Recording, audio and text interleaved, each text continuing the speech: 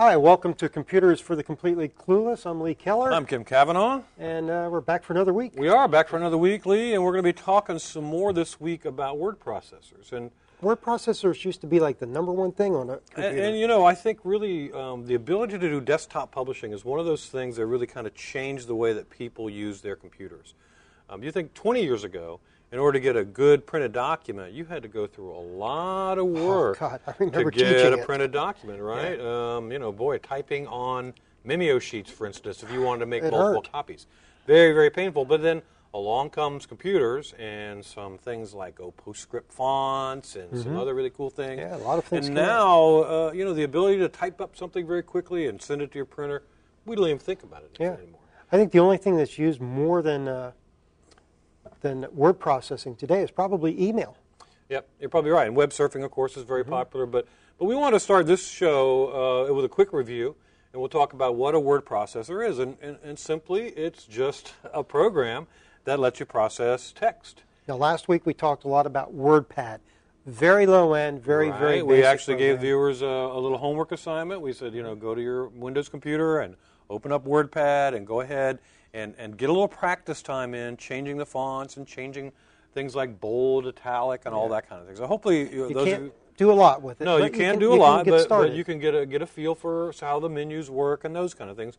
And so today we're going to take it up the next level a little bit, and we're going to talk about more advanced word processing. Okay. So we'll get our objectives for today up on the screen there, and we'll take a quick look at what we hope to cover. We've already done a review. Word processors are programs like Microsoft Word. Probably the biggest one in the world today. Exactly, and people buy Office, and it comes as part of that package, or Word by itself. Probably number 2 would be Corel WordPerfect, you think? I don't know. That'd be a tough challenge there. Yeah. But, you know, back when we started, Corel WordPerfect was number 1. It was very popular and still an excellent program for word processing. And the third one on that list, Lee, is actually one of our very favorites for a very good reason. Yes, it's absolutely free. It is absolutely free, and it's all called OpenOffice. Yeah. And you simply go online, download it, install it on your program, and it's a full functioning Office word suite. Processor. It's a full. That's right, exactly. Yeah. So you can also do spreadsheets and presentations, even databases. Great so it's a great little program for doing lots of those things. WordPerfect, some companies are bundling that with the computer. So if you buy a new computer, there's a chance that you might actually get WordPerfect with it. So, you know, check your computer. You might have that. Or another one that we don't have up there is Microsoft Word, which is a step down. Word works. Works. You're right. I'm sorry, works. Exactly. Yeah, one letter difference. One letter difference. Doesn't take much to confuse Yeah, me. and that's also, you know, it also comes free very frequently on a Windows computer. Yeah. On the Apple side, we have Pages and some other things. And there are lots of word processors out there. And what we're going to do today is we're going to focus again on the fundamentals. So even if you have a different kind of program than the one we're talking about today, we're going to go through and we're going to talk about how to insert images, how to format your images, how to use tables, and some of the more advanced kinds of things that you can do with a word processor. Okay. So we're going to, I think, jump right into things. Jump right over into it. And for today, we'll be using Microsoft Word. And more than likely, that's a program that you have out there. And if you don't, if you've got another program, maybe WordPerfect, or you go download OpenOffice, the fundamentals are the same.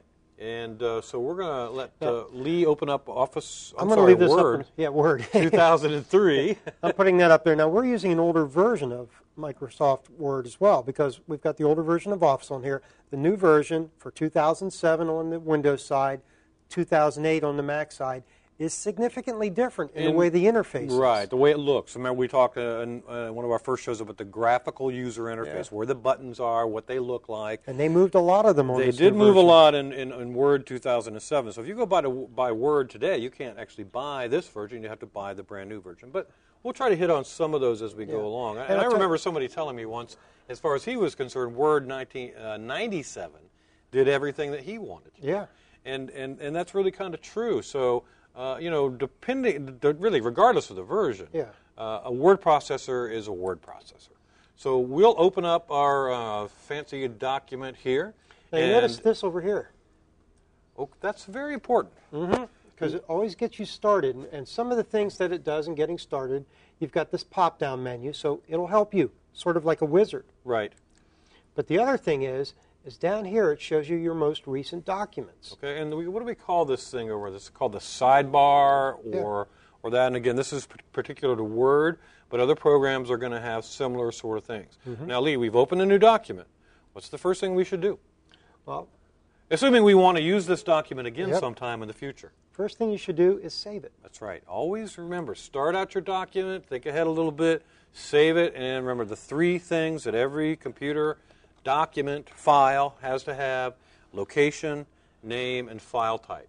So we're going to go ahead and put it in our Documents folder, and we'll call it CCC1, and we'll keep it with the default of a Word document. Yep, and there we go. Now, anytime we want to save, all we have to do is Control-S or click on File, Save. Right. Or we can do something that isn't readily available now because we haven't put it up here in the view. Maybe that's something we need to talk about right now. I was wondering. There seems like things are missing here, aren't they?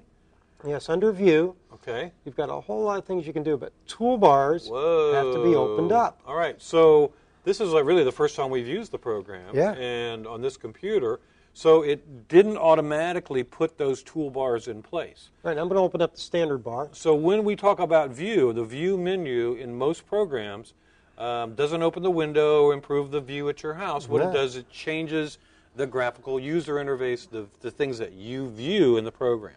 A lot of the tools that you use. Right, so when you clicked on View, now you have turned on, what is it, the standard toolbar? This is the standard toolbar, and it has a lot of things that you would commonly use. Right, I see. For example, if you wanted a new document, if you wanted to open a document, and the one we were just talking about, if you want to save. Right, You click on the picture of the floppy disk, which nobody uses anymore, but they still use the picture. They still use that icon. And a bunch of other things across there, and some of those are the ones that we're going to be talking about today.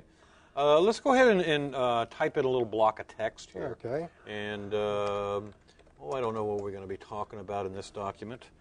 And Lee's transcribing as I'm talking. So he's going to go ahead and type in a little block of text here.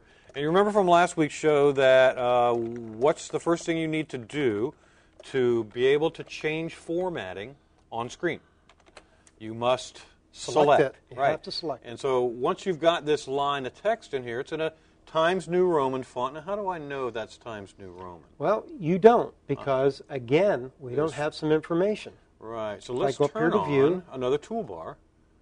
And I believe that's the formatting toolbar. The formatting toolbar, once that's turned on, that's going to tell you important things like the font type, the kind of font that you use, the size, any sort of formatting that you've applied, colors, and so forth. So this is another good toolbar to have open there. And somebody might ask, why would you turn off toolbars? Well, you're going to see here in a minute when I turn this on, you lose real estate every time you do something. We've lost real estate? Or is the federal government going to bail us out? Jeez, that was bad. I know. Okay, so and also it'll stack toolbars sometimes, so it's very hard to find them. I see. Now there's actually, if you look over to the left, you see the word normal there. That's the formatting that's been applied. But a little further to the left, there's a series of little dots. You see those? Oh, you mean this one? Yeah. No. Right. There you go. When my cursor turns to a four-headed arrow, those little dots actually have a technical name. They're called the grabber. So when you have a grabber visible, you can actually grab a toolbar and slide it around on screen. Okay. So we've got our workspace now configured the way that we want to work. We've got the toolbars open that we want to use. When we come back from the break, we're going to go ahead and take a look at formatting some documents and getting some more interesting things in this document. We'll be right back with some more on computers for the completely clueless.